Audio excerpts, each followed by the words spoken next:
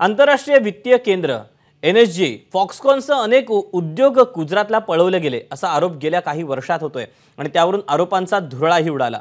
आता पुन्हा एकदा महाराष्ट्रातील उद्योग गुजरातला नेला जाणार आहे असा आरोप होतोय आणि हा उद्योग आहे कोकणातला। पाहूया कोणता आहे हा उद्योग आणि त्यावर मुख्यमंत्र्यांनी काय उत्तर दिलं।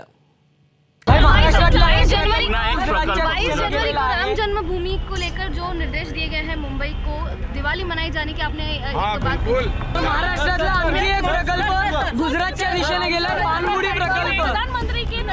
प्रधानमंत्री जो अयोध्या का दौरा किया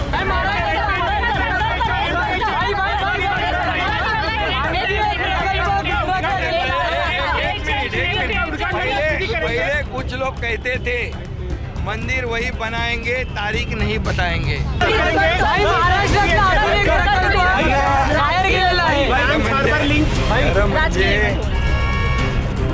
अयोध्या राम मंदिर उद्घाटन हा राजकीय इव्हेंट होऊ शकत नाही। तब्बल 5 वेळा मुख्यमंत्री शिंदेंना पत्रकारांनी हा प्रश्न विचारला। त्यानंतर मुख्यमंत्री एकनाथ शिंदे दीपक केसरकरांशी बोलले आणि पाणबुडी प्रकल्प गुजरातला जाणार नसल्याचं स्पष्टीकरण दिलं।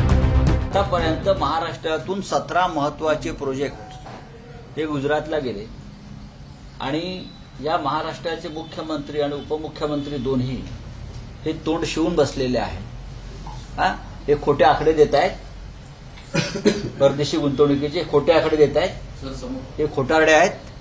त्यापेक्षा गुजरातला तुम्ही सोन्यानं मडवा ना, एकदा सगळं सोनं घ्या आणि अख्ख्या गुजरातला सोन्यानं मडवा आणि द्वारका करा, त्याचे आम्हाला काही म्हणणं नाही। पण त्यासाठी तुम्ही महाराष्ट्र का लुटताय?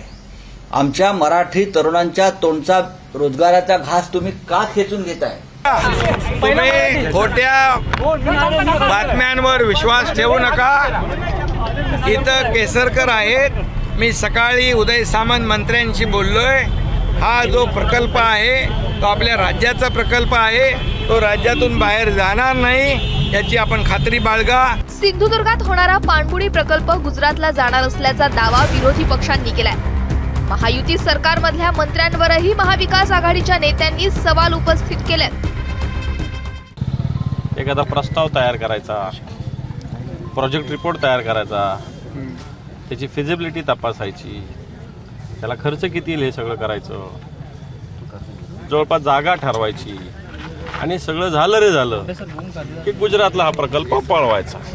यांच्या बुडाखालचा पाणबुडीचा चांगला पर्यटनाच्या दृष्टीनं महत्वाचा प्रकल्प गुजरातला गेलेला आहे। याला जबाबदार हे लोक आहे, नुसते टीका टिप्पणी करण्या शिवसेना शिवसेना, उद्धवजी ठाकरे उद्धवजी ठाकरे उद्धवजी ठाकरे याच्यातच गुंग आहे। यांचे चिल्ले पिल्ले पण तेच काम करतात। खरं तर पाणबुडीचा जो उद्योग होता तो गुजरातला गेल्याचं बातमी आणखी आहे, कन्फर्मेशन त्यावर झालेलं नाही। परंतु अनेक उद्योग महाराष्ट्रात येत आहेत, त्याची चर्चा कमी होताना दिसते। कोकण पट्टी असलेला आणि त्यासाठी योग्य असलेली जागा फक्त आणि फक्त त्या उद्योगासाठी चांगली आहे, म्हणून मला वाटतं की तो उद्योग जाणार नाही आणि मुख्यमंत्री साहेब आणि इतर सर्वजण त्यासाठी प्रयत्नशील राहतील। महाराष्ट्रातील राज्यकर्त्यांना चुल्लूभर पाणी में डूब मरना अशी जी म्हणा ना, चुल्लूभर पाणी में डूब मरो। पाणबुडी प्रकल्प चालला, पर्यटन चाललंय, चाललं काय? फक्त देश म्हणजे गुजरात काय?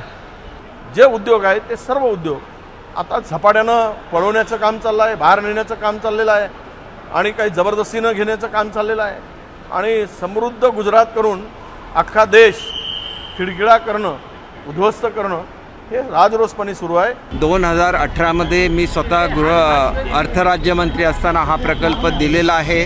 तो महाराष्ट्र राज्याचा प्रकल्प आहे, कोणीही तो महाराष्ट्राच्या बाहेर घेऊन जाऊ शकत नाही।